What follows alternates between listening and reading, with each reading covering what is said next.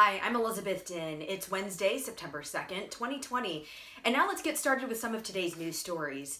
There is a bit of relief in the Sun Belt states in terms of COVID-19 because it's been a couple of tough months for those states with more than 35,000 deaths connected to coronavirus, as 7 of those 9 states are now having a drop in new deaths, new cases, and the percentage of tests that come back positive. Those 9 states in the Sun Belt are California, Arizona, New Mexico, Texas, Louisiana, Mississippi, Alabama, Georgia, and Florida.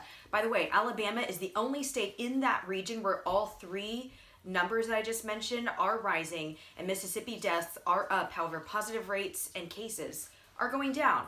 Now, what about a vaccine for COVID-19? We hear about that a lot. Well, in a 4-page memo this summer, the Federal Centers for Disease Control and Prevention told health departments all across the country to go ahead and draft vaccination plans by October 1st to, quote, coincide with the earliest possible release of COVID-19 vaccine. So, in continuing with that, as the AP reports today, the process of paying for and for distributing and even for planning all of this for an effective vaccine, that kind of process is going to pose a bit of a challenge all across the country.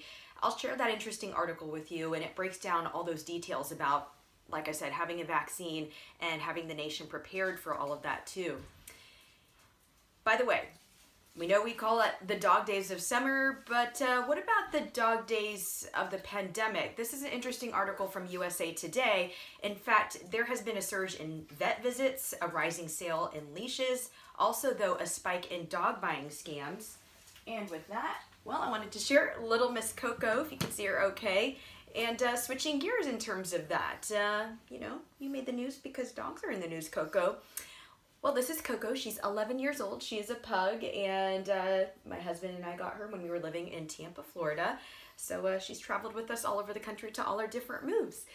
And I did want to end on a positive note. Of course, this is a positive note with Coco, but also sharing a quote I saw recently from Mother Teresa that says, if you can't feed 100 people, then feed just one.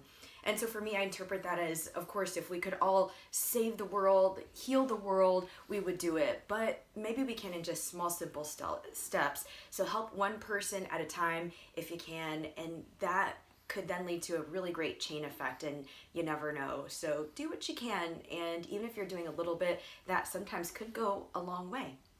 All right, remember, this is just a starting point for your day. I hope you continue digging and getting more information in the process of learning about today's news and other events and information. Thanks for your time.